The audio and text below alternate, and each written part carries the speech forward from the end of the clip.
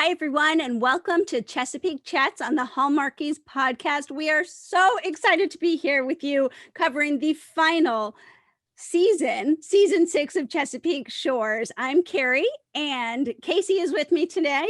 I sure am. Okay. And Ann, what have you got for us, Ann? Ann's here. I'm back. That's all I got. I'm glad to be back. I missed the preview, but I'm glad to be back for episode 1, the premiere. Yes, episode 1. Here we go. I'm actually really excited that this was such a good episode. I thought it was such a good episode. Yeah, it was. It was so good. Like, answered some of our questions right away. Yeah. Kind of got the ball rolling right away. Yes, exactly. I feel like the balls, we kind of are, like exactly what you just said. So yes. Yeah. I mean, we didn't do any of these like practice hits, sometimes with series, they do these like practice hit episodes. We're like, okay, I kind of see where this is going. Yeah. No, this one was like, all right, put me in, coach. Whoosh. Yeah. We're trying to cover some ground this season, and we are starting. We have started. Now, this episode was titled The Best Is Yet to Come. And I was like, I believe it. I believe the best is yet to come. This is going to be a great season. So you guys, we start off immediately where we left off, which is unique. I think that's really unique, a series anyway. But we start off, the family is in the ER waiting room. Everyone's there almost. They can't get a hold of Jess. I mean, like, first impressions of some of these little vignettes that go on, like who caught your attention? So the funniest thing to me was just Brie and Jess, and this isn't like serious, but like, Jay comes in and they're like, oh, maybe she called Jay, because they're just like really want to know, who she called. And then Evan comes and they're like, maybe she called Evan, and they're just like, no, like, we want to know, and we're like, we want to know too. And that was totally like just the fun part, because everything else was serious. But I enjoyed that kind of lighter, the lighter moment that was happening, and the sisterly, like, That's it exactly. I thought it was like this right away, just like their family, they're sisters, they're gonna banter, they're gonna tease each other, they're brothers in surgery for his heart attack, and they're waiting, but they just kind of can't get this other thing out of their minds. But this episode, I think, had so many nods to past like family history and like jokes or little things that we all love and look for in the O'Brien family, like that, the sister interactions and other things. That was so good. It was such a sister moment too, because you could, even with the intonation with Brie and her sitting back like, so she called someone, just the way they did it and the way they were going. It's like two real life sisters talking about, gossiping about their other sister. Totally. And the reaction too was very much like, it was so good. Because they were both like, oh, well, that's what she wants. I guess that's okay, even though we think this is weird. You know what I'm saying? Like, it wasn't a over the top reaction. It wasn't it's very, I don't know, it's just really real. Yeah. How they played that. Yeah. Spot. It was so real. And I mean, we'll get to this, I guess, but like, how did both those guys know then that she was there, that the O'Briens were there, that Connor was in surgery? They both like rushed to her aid. Yeah, I was wondering that too. I bet you she texted them. Maybe she did. Yeah, maybe she texted them. Yeah. Like, here, I'm here. Yeah.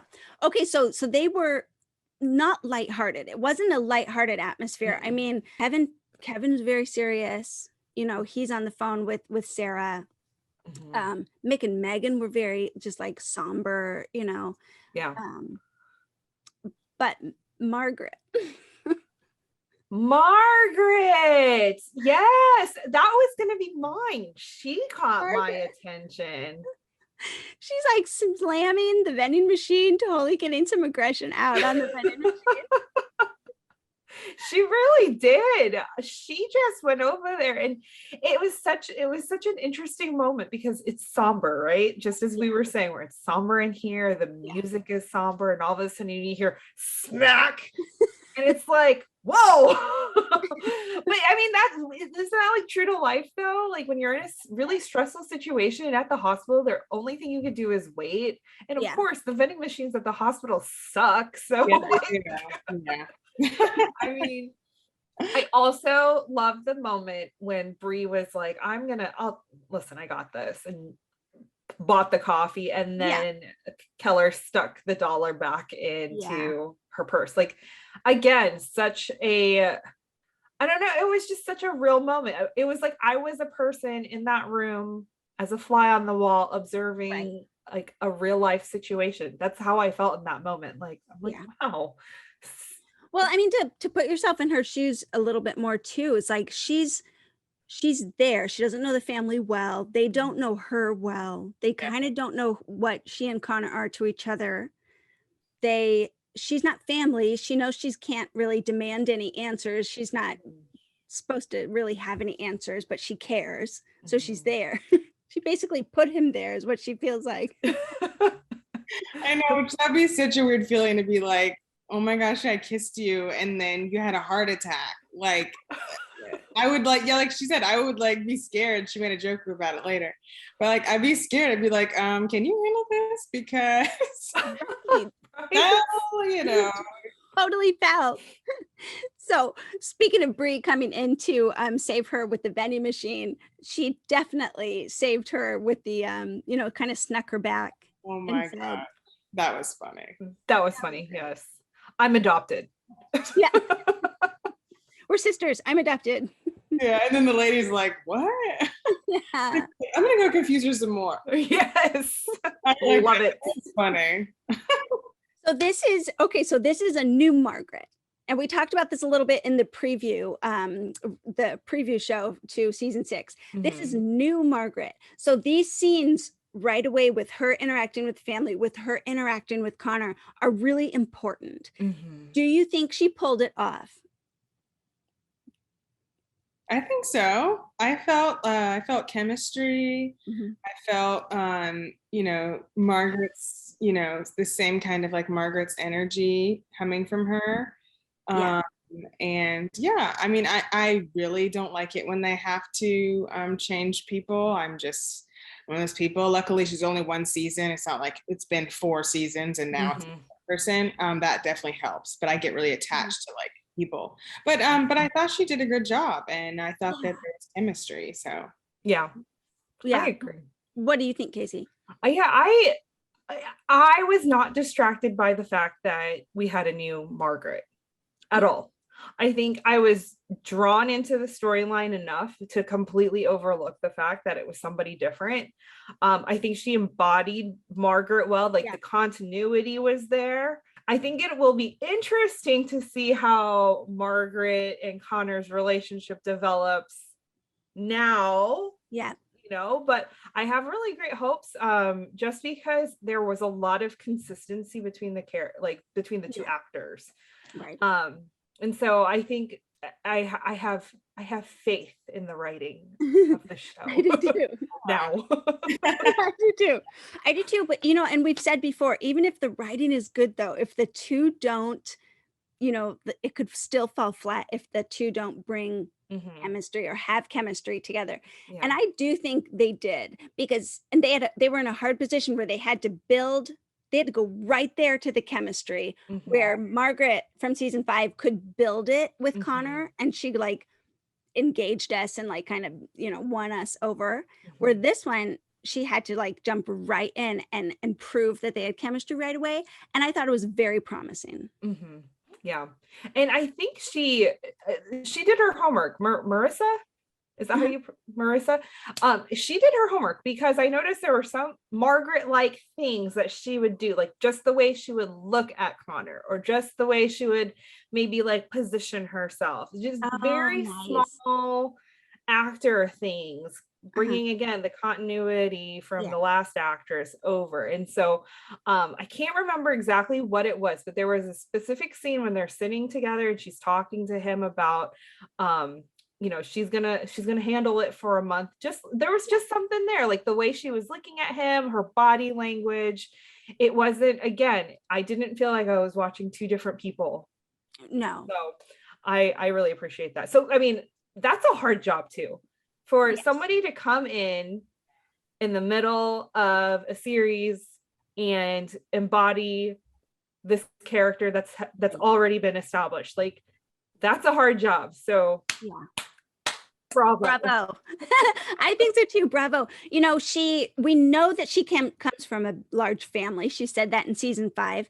And the way she interacted with the nieces when Connor was playing a game with them. And she like right away just jumps in. She's like, I love this game. She was so natural and so good. I mean, even that you could tell, yes, she comes from a large family. Okay, yes, this is the Margaret we know, you know, or at least we're getting to know still. Right. Yeah. Did a great job. They did. And I thought it was cute, their dialogue just about you know, she's like, I'd kiss you again if I thought you could handle it, you know. That's cute. But then they did kiss and she was like, okay, that's a little experiment. How you doing? And he's like, my heart's racing a little bit, but I don't know if that's, you know, I don't think that's because of I just think, very promising. Very promising. Agree. Hey, this is David from the Piecing It Together podcast, a podcast about movies and the movies that inspire them. For over 4 years, each week, a guest and I take a look at a new movie through the lens of what other movies we think were either an influence or connect in some other way. It's a fun, unique way to discuss films that leads to a great list of other movies to check out that either explore the same themes and ideas or maybe utilize similar filmmaking techniques. Including special episodes in our side series that twist the format, we've done over 200 episodes, so there's bound to be one on a film you've been thinking about and want to dig deeper into. So check us out on all the major podcasting apps and at piecingpod.com. Okay, let's go back to this ER waiting room. When Jay walks in, did you think she called Jay? Did you think, like, were you waiting for Evan? I was confused because I'm like, okay, I know she called Evan. So I'm like, what is Jay doing here? He's just a really nice person, because he is a really nice person. Okay, wait, how do you know she called Evan? Because way back when you predicted Jay because Evan was endgame. That was me for sure. But you believed it because Ann came up with that awesome theory. But that was before we knew this was the last season. That was, you know? Yeah. I think I knew because I knew that because this is the last season, then I'm like, they don't have time to like make it believable for her to be with Jay for 2 episodes, and then all of a sudden decide she's switch over. Right. With Robert, Evan.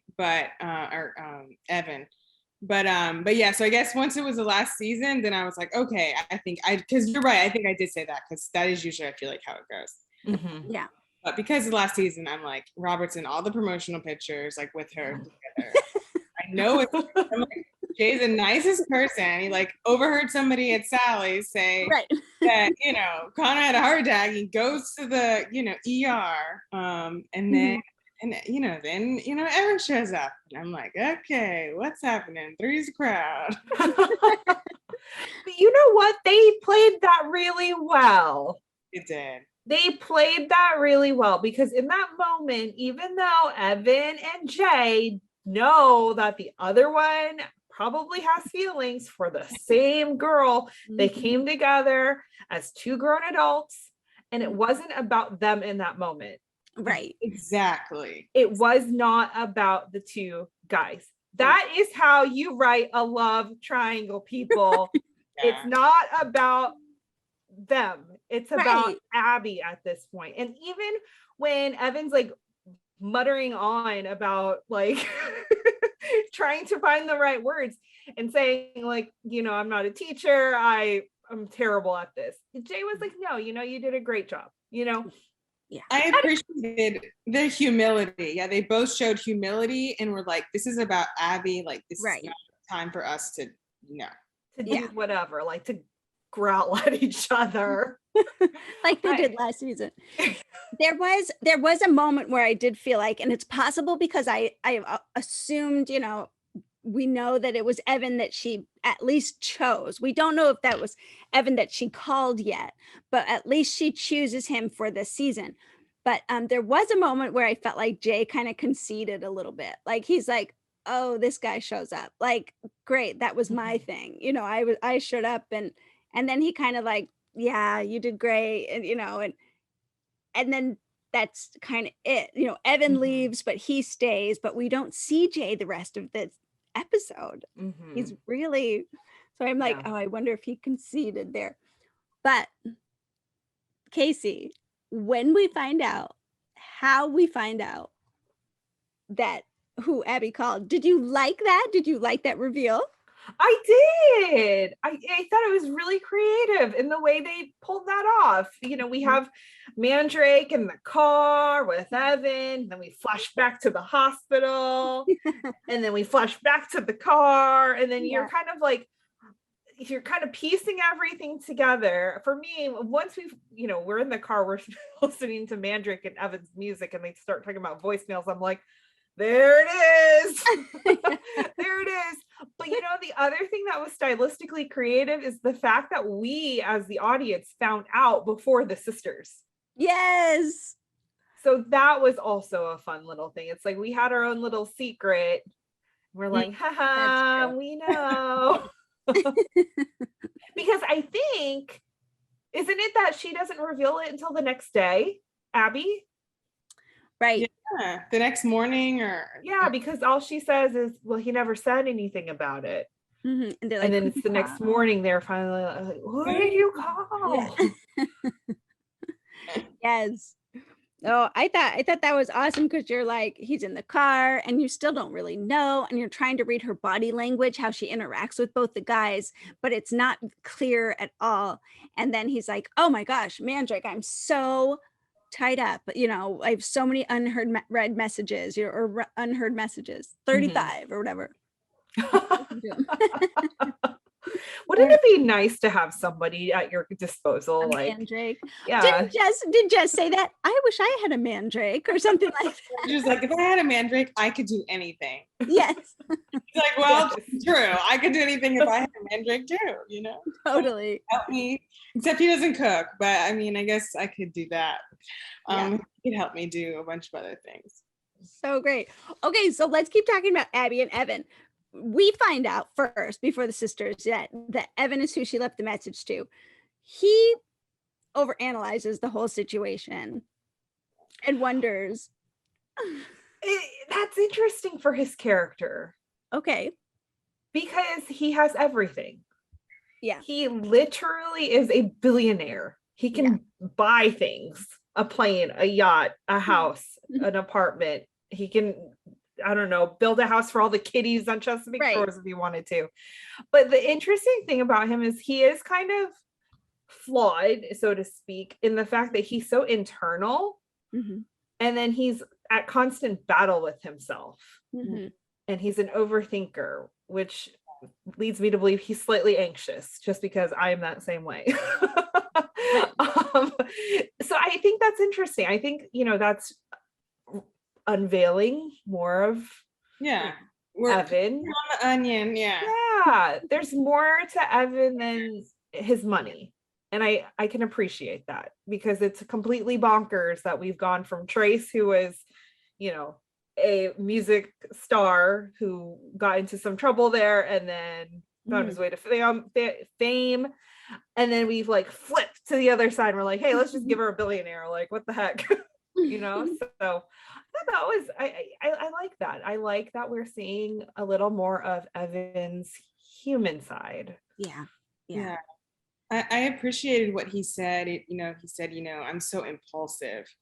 And he's like, he was trying to be like, I don't want to be impulsive. I want to like really think through like how I want to approach this, like what I want to do. Because he's like, I have this tendency to just, buy a boat today and, just like immediately do things because I can do whatever I want. So I like that, you know, like you're saying, Kaycee, I like that they, you know, gave to his character, and that shows that he's reflecting and trying to grow, and you know, which I think is what we should all, you know, want to do. Absolutely. We all need to. And I mean, there's key things that Abby said to him last season, even, that just really made him reflect and stop and say, okay, I'm not going to totally sweep this girl off her feet. Like, she needs to see, like, I can't just buy her love, you know, like, so he really was thinking that through. But they can't help themselves, you guys. These two cannot help but be business relationship, have this business relationship, even as they're negotiating dates. They can't help but like be business savvy with each other. Yes. You know? That was cute. I like that. I'm just such a control freak that I was like, I would really feel I would really feel like I had, not like I had control, but I probably would in my mind. Feel like I had control, like we talked about it, made an agreement, you know, you have this, I have this, and we're gonna, you know. It was, for me, it's watching their negotiation. I was like, is this how nerdy business people flirt? It was totally nerdy flirting. That was totally nerdy flirting. I thought it was so cute though, because that's who they are together. They were business people together, and now they're trying to navigate the new waters of their relationship, and they had to, like, in order to be themselves and to let their guards down, they had to be a little nerdy flirty. So yeah, I do like the idea of the 2 dates. I mean, Evan wasn't wrong when he's like, you know, the first one we're going to be very nervous and trying to impress each other. The second one we could feel more like ourselves. Right. I'm like, okay, that's a good point, actually. That's very valid. Yeah, I agree. I totally agree. I also thought it was really cute that you know, Evan surprises me a lot. You think he's going to come in and be awkward and straightforward and really like ruin a moment, but he turns a moment around and he becomes charming and delightful, and his honesty like helps, you know, it just, his clear speaking helps. Oh, he was like, are we going to talk about that voicemail that you left me, you know? Yeah, that was funny. And Abby's just kind of like, she's nervous, and she's like, oh, well, you know, I just, you know, she's trying to just like, you know, roll it off, because she thinks like, oh, maybe he doesn't feel the same way. Right. And yeah, that was cute. So cute. So fun. Or when he said, you know, we almost just kissed right there or something, you know, like basically then she's like, yes, we did. We almost did. And then he goes in and is vulnerable, like you were saying, Anne, you know, it's like he's opening up and he's trying to assess and self-evaluate, and like, I kind of love where they landed. We will, what did they say? We will kiss when we kiss or something. Yeah. Like not tonight. Yeah. It's kind of swoon worthy. He was kind of swoony. Yeah, there were some sparks flying there. Sure. I'm like, wow, like, yeah, there were sparks flying. I was like, and then even him, he was like about to do it again. She's like, no, we're not doing it tonight. You just said, so we're not kissing. Which I think is so cute because they wanted to. They wanted. Oh, yeah, you could see it in the eyes. I mean, the chemistry, you could just see it. The chemistry was sizzling. You're like, oh, are they now? No. Yeah, it really was. Yeah. And it's interesting to compare that with our dear Juicebox Jay. Because previous seasons, Abby has always had kind of a wall up around him. Yeah. Even when they did go out on their dates, like there was still something that was holding her back. Right. Something that because she could control it. Maybe she felt like she could see how he fit with her kids, with her family. He was safer. Didn't feel safe to her, I don't think, in a good way. Not in a bad way. Yeah. So we'll see. I love his little phrase when he said, "Be seeing you." I thought that was what he said, be seeing you. And it was just like this old timey, like this old fashioned old Hollywood like send off. I don't know. I don't know why I wrote that down, but I was like, that's a really quirky little way to say goodbye. Yeah, it's different. It's like you said, Yeah. it's like of a past time. It doesn't sound like something somebody would say like today. You know? No, he's an old soul. Okay, we've got so much good things to look forward to with Abby and Evan. Of course, the second date coming up that she plans. I wonder how that's going to show her personality and his. Oh, by the way, what did you think of the yacht and the lobster and the dancing and I mean, he really went, you can't go bigger than that on a date. And that was the first date. Was that a good move? Oh, well, I don't know if it's a good move, but that's definitely an Evan move. I would be, I mean, as me personally, I would be very intimidated because I'm like, I'm literally gonna be alone with this person. Like, we're not even in a restaurant with like other people talking. I guess there's music on the yacht, but I'm like, this is a lot of pressure. It's gonna be like quiet unless we're talking. Besides the music. And you know, then I have to like go look all nice, and then I can't dance. So then, like, oh, I'm gonna dance. I'd be like, oh my gosh, kill me now! I can't jump off the boat. But I thought it was really sweet that he actually cooked the lobster. You know, like right. Or I guess he had it flown in, but he cooked it. You know, Mandrake didn't cook it. He actually cooked it. So I appreciated that personal, that personal touch. But I think I'd be overwhelmed. Man. I mean, that's it's an Evan thing for sure. I think it fits. I think it fits him. Just from what we know of him. I mean, if it were Jay doing this, I'd be like, whoa, bro, slow your roll. Right. But this is Evan. And my thought is, this is the first one. You do realize it has to go up from here. I know. That's a good point. Like, what are we going to be doing? Are we going to be flying off to Paris for dinner and going to Belgium for waffles in the morning? Like, I don't know. It's very, what was his, on Friends when, yes, but on Friends when Monica dates the billionaire, it's very reminiscent of that. What was his name? He ended up going to the UFC or something.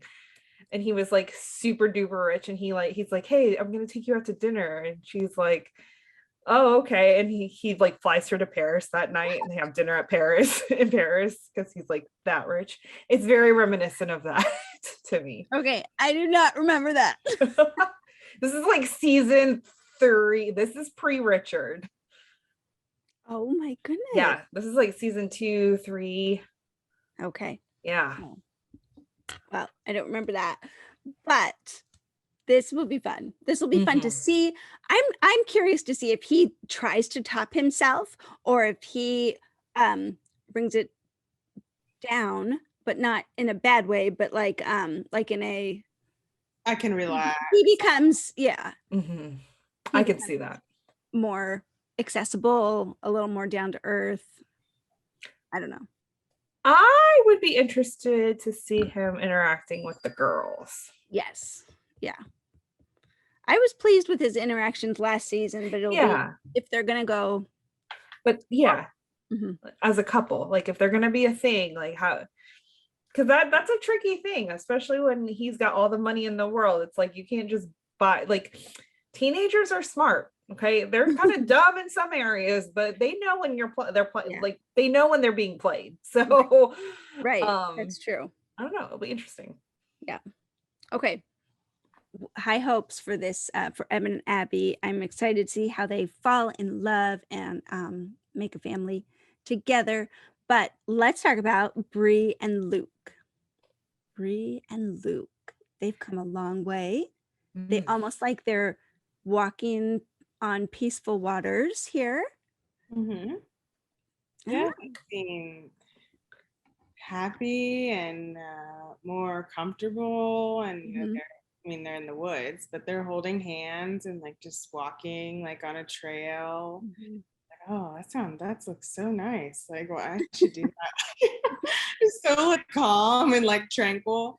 But then Mick that's a whole that's a whole story there.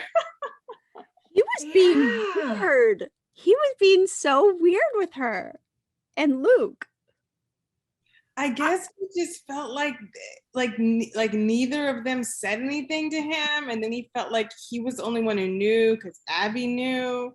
Right. And then he's been in prison, and I guess he just kind of, he just went super protective dad. Yeah, but you know what? I always, at that moment with the super protective dad, I was like, wait, what? Like but I feel like in a strange way, I think he has always, if you look back through the entire like canon, just like little things here and there, I think he's always had like a soft spot towards Brie. Okay. Brie is like in the middle. She would not have said so. She would not have said so. But remember when she would not have said so.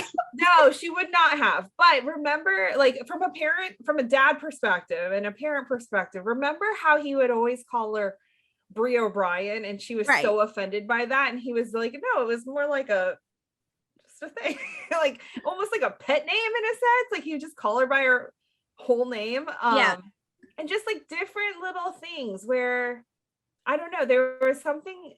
It's like with Abby, he can be like, she's the reliable oldest child. Like they're so similar in their business brain and everything.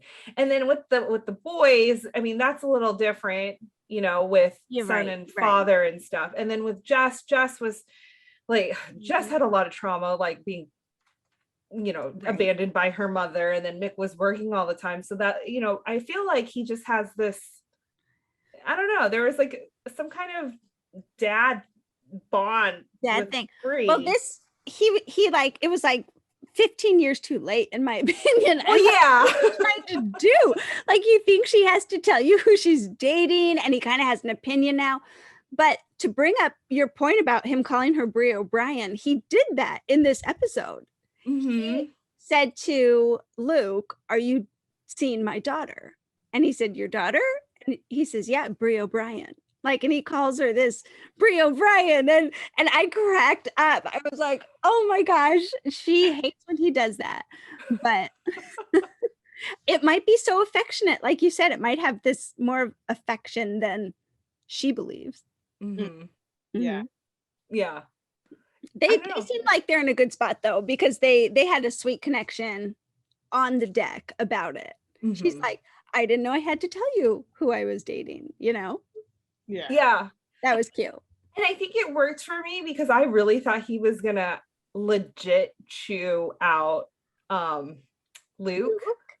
I really did. I was like, oh no.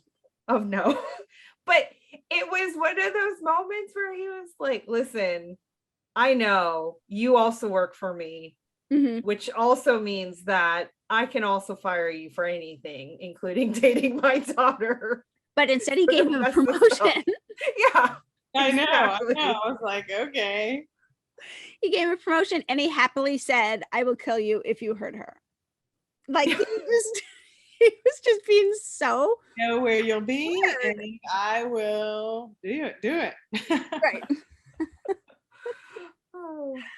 Offering you the job, Luke. Take it. Say yes. Like, do I really want to say yes right now? I know, now you just threatened me, and now you're offering me a job in like 2 minutes. I'm like, this is kind of a lot. A lot has happened in the last 2 minutes. Well, Luke needs a father figure. Mick so badly wants to be that and like make up for lost time with his own family too. Like, I still think that they're in for some good times together, like some fairly easy times. If there's drama in the family with Brie and Luke, I'm not up for that. I don't want to watch that. Yeah. I just want it to be happy. Yeah, fun, but we shall see. Yeah, I really did love though some of their dialogue together was so effortless. It seemed like Luke and Brie, they just had a fun, it reminded me of when they saw each other at Sally's that one time, and they kind of like, she didn't know he had been in prison, he asked for her number, that type of thing. Like, it kind of reminded me of that conversation again. And she's like, how's your parole officer? And he says, oh yeah, he, wishes me well. And like, really? He's no. And he was like saying like all the authors like he read in prison and he's like, oh, but then you didn't read anymore. He's like, well, what happened? He's like, well, I got out on parole. Yeah. So like I didn't have like all this time to fill with only reading. I know. Oh my gosh. I loved it. I thought they were great. So, okay. So that's Luke and Brie. Jess and David. Let's talk about Jess and David. Oh, Jess and David. Okay, but first, can I just say, it's like the episode in the first 2 minutes, I'm like, he has no shirt on in there in bed, and I'm like, oh my gosh. I know I'm always the person who notices, but I'm like, oh my God. I was the same way. I was like, oh, okay. We're making this like real. Yeah, I'm like, Making this like real. they are married and we are showing him with no shirts. You know what? That is something they did last season. And if they're going to continue that on this season, who are we to say, ew. Yeah. That's right. I mean, it worked for me. So Yeah, no, that was fun. Did. That It was was fun. fun, I noticed that too. I was like, Ann's gonna bring this up. Got to. Sorry, I'm still not used to like people being shirtless on Hallmark. It just stands out. Seriously. It's like the whole screen like turns yellow because I'm like, what's happening? No, This but is they do not it. a regular thing. But it's happening more now. But I'm just Yeah. like, I'm still like not trained. I'm still trained to like red flag. Right. Yeah, Travis Van Winkle stumbling out of the shower, on the towel, and I'm like, oh! This is not Lifetime, people. This is Hallmark. Exactly. So funny. Well, so he's on a call with his mom. They're at the inn. They're in bed together, and not him and his mom. Him and Jess, and they, he says something like, I can't believe Dad did this, but at the same time, I kind of can believe he did this. Oh, and yeah. Mom is like, what? Why would you say that? Oh my goodness. And he like hangs up on her or something. She hangs up on him. Oh, she hangs up on him. Right. Mhm. Yeah. I mean, he was, understandably, he was very hurt. And he also said hurtful words like, Yeah. that. But I get it. As a kid who, you would love and adore your parents mostly. I mean, they seem to have, even though they had their differences, David and his parents, he still respected them. I mean, he still loved them, all these things. And then to feel betrayed like that, not knowing the whole story. I mean, I can't blame the guy for being upset because like now it's, who knows what the truth is at this point. Right. Yeah. Right. So an FBI agent comes up, walks up to him at the inn, and Ooh, she did not mess. she was serious. She was came serious. to her job. So it sounds like she was more concerned, not at the it's that aiding and abetting a felon or a criminal or something. Like she was like, she kind of played up the whole abetting thing and word. So what would that be? Would that be, did she think he was hiding his dad? What is abetting actually? I think it's like helping them to evade the law or break the law or something like that. So I think maybe she thought, okay, he says he doesn't know where he is, but he probably knows where he is, and his family, he probably knows that his mom is sending this money or that they've helped him, done something to help him to another country or something. So I think that's the kind of thing she meant. We'd like to take a second and thank our sponsor for this episode of the podcast. It's the Hallmarkies merch store. Are you looking for that perfect gift for the postable, hearty, or Hallmarky in your life? What about getting that t-shirt or hoodie that will help you stand out at your next holiday party? Now is the time to check out the Hallmarkies merch store. Full of festive designs by artists like Jessica Miller, Kari from Hallmark Comics, and more. You can even have more than just shirts, but totes, cell phone cases, notebooks, mugs, and more. And it isn't just Hallmark. We have designs for Anna Green Gables, Man from Snowy River, The Nanny, and more. Every purchase at the merch store goes to help support the podcast and allows us to make the great content you know and love. There are frequent sales, so go to tpublic.com/stores/hallmarkies or see the link in the description.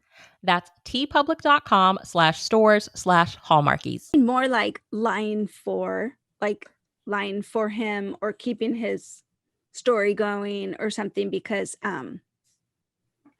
it feels like that, like aiding and abetting. Aiding and abetting is a legal doctrine related to the guilt of someone who aids or abets, aka encourages and incites another person in the commission of a crime. Okay. Aid and abet, aid and abet, great. But that last part. So not helpful. Basically, if you are encouraging someone or assisting them to commit a crime. Okay. So in this case, it would be, like the FBI agent is trying to figure out, did David help his dad or give him money or is hiding him or gave him money to go hide? Okay. Or abetting. Yeah. So what we have here is Connor and Margaret could possibly be called in to help David and Jess in proving that he's not aiding and abetting or something. I don't know. You know, if that were the thing, I would bet you that Margaret would figure it out. Yeah, Margaret will. Connor's on pain medication, so yes. Oh, speaking of pain medication, is that why he was acting so weird? No, I always get nervous when they show people, because it's like they're purposely showing us for a reason. Is he addicted to Vicodin? That's what I want to know. I mean, maybe, I don't know if like this is something he ever had a problem with before, or it's like just now I don't know. It's weird the way they're showing it though. I know. So purposeful every time when he took a pill and he quickly would hide it. I don't know about that, Mick. I'm still nervous. So anyway, okay. So Mick and Megan then. Unless we want to say anything else about Jess and David, they've got this thing, they've got to work it out. They're committed. Although David's kind of hiding something from her about the FBI people. Okay, they'll work it out. I know they will. Yeah. I think it's good for, like Jess said to her sisters, like when they were having their ice cream time, which I love because, it's like from the first season, or from the whole season, the whole series. She's like, David's always the one who comes, who helps me and who supports me and is there for me. And she's like, and now I have to do it. And I don't know if I can do it, because her whole life, she's been the one who's been abandoned and who people have had to support and help and understand and be there for her, because she had this huge gap like in her life. Yeah. And so she's just like, I'm like literally she's been the one who's been like helped and supported her whole life. And now it's like she's like this person's partner who this really crazy things happen to, and she's the one who's gotta step up and try to be there for him. And I think it is gonna be it's gonna take a lot for her to kind of try to do that. And I thought a good thing for her character to explore doing and be put in a position to do. So. I think you're exactly right, and I think it was just like Jess to express some self-doubt in that way, like just like she doubted if she'd ever be a good mom. She's like, could I don't know if I'm up for it. Like, am I the type of person who could support a spouse in crisis? And I thought it was really important that Abby was the one who spoke up at that point and said, you can do it, basically, or like, you will, because she was the one who did that for Jess. And so to be able to see I see that quality in you, you'll step up. Hopefully Jess was really encouraged by that. But I thought it was important that she was the one who spoke in, Yeah. As the oldest sister and as the one who really had to really be there for her. Yeah, she really did. Okay. So back to Mick and Megan. Megan is postponing her trip to LA. Kaycee, what were you gonna say? Oh man. When she told Mick, don't give yourself too much credit or any credit at all or something along those lines, I was like, whoa, okay. But she's right. I mean, she is right. It was just like, Megan, okay. I see you have transformed. Yeah. Because season 1 Megan would not have the guts to say that to Mick. Oh Right. yeah, no. Yeah.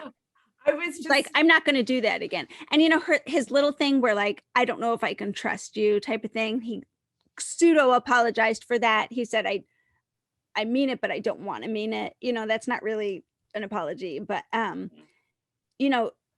think that kind of sparked ignited something in her. Like, no, you don't know where I am now. I'm not going to abandon him again. I'm not going to do that again. So that was good to see in her, I thought.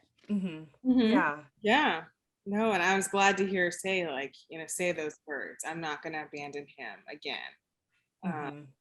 And I'm sure that Connor heard her say that. He would be happy to do that too. But yeah, exactly. Yeah, Totally. That's a complicated relationship. Yeah. I mean, as two people who have grown children, they're probably in their 60s.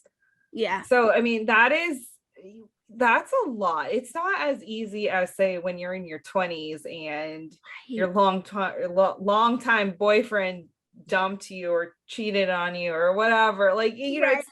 It's so much more complicated than that. And so I think they're playing it well. I mean, all things considered, with how things ended last season, moving into this season, I think that they do a good job. Mick and Megan do a good job of keeping their drama out from their family's drama. Right. So for example, when Connor came home, there was a really sweet moment between Mick and Megan. But they were mom and dad in that moment. But when they were alone in the car, they were Mick and Megan. Good point. And so that's a good point, because I noticed that too in the ER, in the waiting room, when the nurse said he can see one at a time, and she said, I think he can see two at a time. And and then she looked right at Mick, because I was like, who is she gonna have come in? But and then he kind of was like, thank you, and so they went in as the parents together. So I totally agree. I totally see what you're saying. Yeah. You can see that those two separate things, like you said. Yeah. And I think that just shows their growth too. I mean, as people, because I'm sure before, when they split the first time, it was not as mature. This time it really is. They're separating their issues from the family, and so it'll be interesting to see how they come together. Right. This is why I don't want Mick to have a thing with Vicodin or with the drugs, because I'm like, your family's coming together. You're having a second chance with Megan. Like, don't do this. I feel like this is. Yeah, I'm interested to see what's going to happen with their story and whatever he's doing with his painkillers and unless it's a tool to get Mick and Megan together, like Megan helping Mick, and something about Megan proving her loyalties. Yeah. Or something. I don't know. That, like helping to support him and showing that she's really in it and here. And I mean, I can see that. I mean, I think there's beautiful redemption possible for everyone. I really believe that. So I think that in the right hands, this story can go to a beautiful place. And what I'm thankful for is I do think it's in the right hands with these writers. I think they're going to take this to a beautiful place. Oh, I think so. Well, I did hear from a friend who told me that apparently Treat Williams said this is the best writing he's ever experienced. So something along those lines. So I don't know. like and I don't even know where this is going. You know what I'm saying? Like, right. I could speculate all day long, but at this point, I really have no idea. No. And that's the fun of it. That's the fun of it, actually, to just not know. Like, we're going to experience this season in real time, you know, the way that they want us to experience it. I'm really looking forward to that. So a couple people who were MIA from this episode. Nell, I mean, they talked about her. Yeah. Oh yeah, she just made this chicken noodle soup for you. Did she? Where is she? Okay, she just, you know, where is she at? I'm gonna come say hi though. She just still in the kitchen over the pot. Still in the kitchen. Nell went to Miss Susie Applebottom's house for the knitting circle. That's where she was. Which is funny that they like literally brought her up, not saying, oh, she's away somewhere, but oh yeah, she made this soup that we're bringing to you. I was like, Or like Abby said, oh, I'm gonna go call Nell. She's with the girls. You know, like Nell was staying with the girls. I was like, okay, I guess. But I hope she comes back. I hope she makes this a good couple of appearances, if she's able. And then Sarah. Sarah wasn't in, although she was talked to on the phone, of course. The phone, of course. Yeah, that's always where people are who are. Yeah. Oh yeah, I just talked to so. Yeah. And Kevin had a very minimal role in this episode. Very minimal. He was right there, faithful, brotherly, but you could tell there was a lot on his mind though. Yeah, you could. Yeah. Mandrake, from one military man to the next, notices, you know, Kevin walk off and have a moment, need a moment.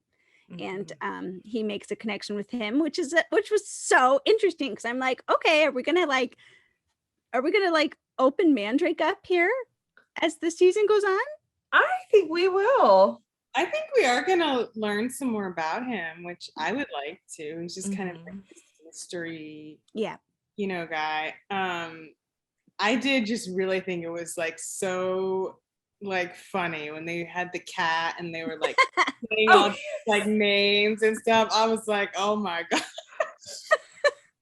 LeVar Burton.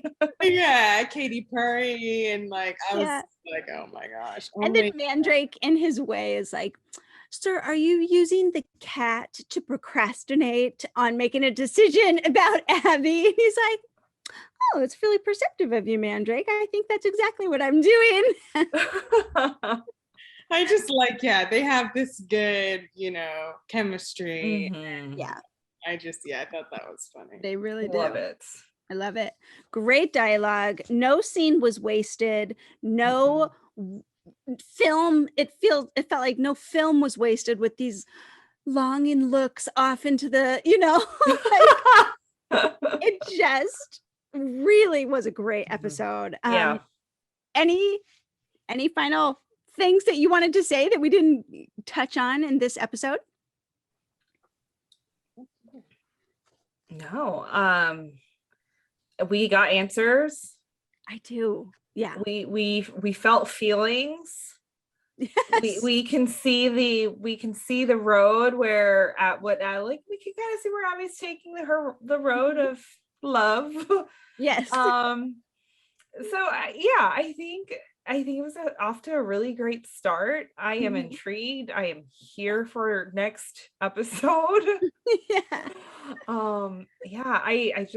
I really can't wait to see how they're going to wrap everything up in 10 episodes. That's the biggest thing. I mean, there's just so much. And then the other thing I have to shout out is Connor's character in this episode. I mean, I know he's recovering from a heart attack and all of that stuff, but there's just something different about him. Like there was like a sparkle in his eye. Oh. Even after he almost died. Do you mean like a new appreciation of life? New appreciation of life, a new appreciation for his family, and just different things. There was just something different about Connor. Which is also, it's nice to see growth. It's nice to see a really big growth arc for a character, especially from where he started in season 1 to now. And it kind of makes me want to go back to season 1 because I haven't seen it in a really long time, just to see the comparison and contrast of like season 1, episode 1, where were all the O'Briens? Yeah. Or season 6, episode 1, and just to compare, you know.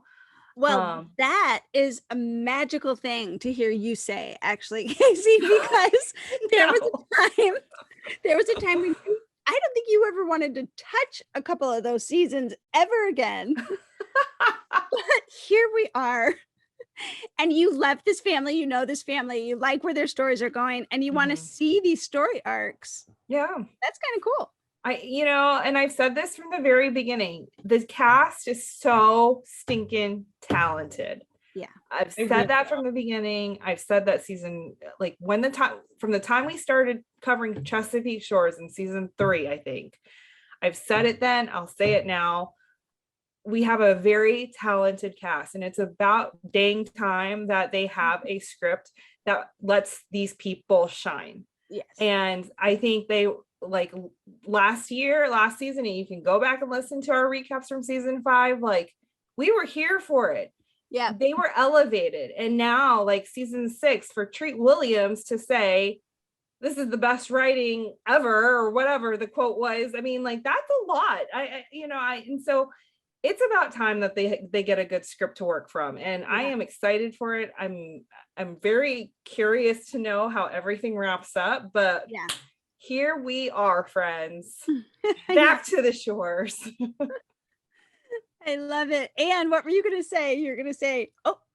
Yeah, it was, Kaycee said it, but I liked, and I thought it was realistic. I mean, maybe somebody, of course, this is television, everything's, quick. Mm-hmm. But I appreciated that Connor, his character was like, he was just like, I'm so grateful to be alive. It's like, I'm alive. Like, I'm above ground. I open my eyes, I'm awake, I'm breathing. That's a good day. Like, and somebody, I think in real life, you would have to go through some, oh, why did this happen to me? And how could this happen to me? And all this. And then you would come to that place. Mm-hmm. Right. But, I like that, they mentioned and showed that because you could see that he was just like, gosh, like, I'm so grateful, to be here. Mm-hmm. And I thought that was good and important. It felt good to me. Like not like moved to tears, but I could feel like in my heart that I was moved, that, he was just like, it's always when you watch even TV, you're just like, you know what? Yeah, we're alive. Like, we should be, grateful because, anything could happen any day to anybody. So it's always a good reminder. So I thought that was good. I'm really looking forward to how this season's going to wrap up. I'm so excited that the writing is so much better. Yeah, season 3 and 4, I can just never see again, and I will be fine. Even like 2, it's like, 1 is, all the setup, so it's fine. Yeah. And then it just starts, but 2 is okay. But yeah, last season was so good. We got so many answers and things actually explained and talked about, and we could actually understand these characters better because this cast is so good. And so it's like, it's never been that they were not good. It's just been that the script has not and the opportunity to be like great and like to just for the story to make sense. And so I can't wait to see what's gonna happen. Me too. And you know what? As much as I'm looking forward to the big things and the big relationships, the big story arcs, the big stuff, I was so excited to see some of those little things come back in this episode. And I hope they continue doing it. And I'm talking about the sisters eating ice cream on the bed, just a simple, small thing that we love, so familial, and it's familiar to us. Talking about little nods to the past, like Brie writing again and Jess saying, does it have anything to do with the family? And she says no. And that was just like a hilarious a couple of lines, but it means something to the fans. It means something to us. And then when he said Brie O'Brien, and we all know what she thinks about when her dad calls her Brie O'Brien. I mean, stuff like that, I just feel like are these little Easter eggs to us who have been fans for a while now, and we're cheering the O'Briens on, and I love that. So I'm going to be watching for some of those little things too. I hope that they like keep peppering those in through the script and storyline. Yeah. But I will say there's one thing now, Chesapeake Shores, the only time I've really ever really cried during an episode was last season with the whole Sarah and Kevin storyline with the miscarriage. Yeah. That's the only time I've ever cried. So I want to know if something makes me cry this season, it's a good season. Yeah, that was a moving story. Last season. They did a good job with it. And this season, I don't know. I think we might. I don't know. We'll see. Yeah.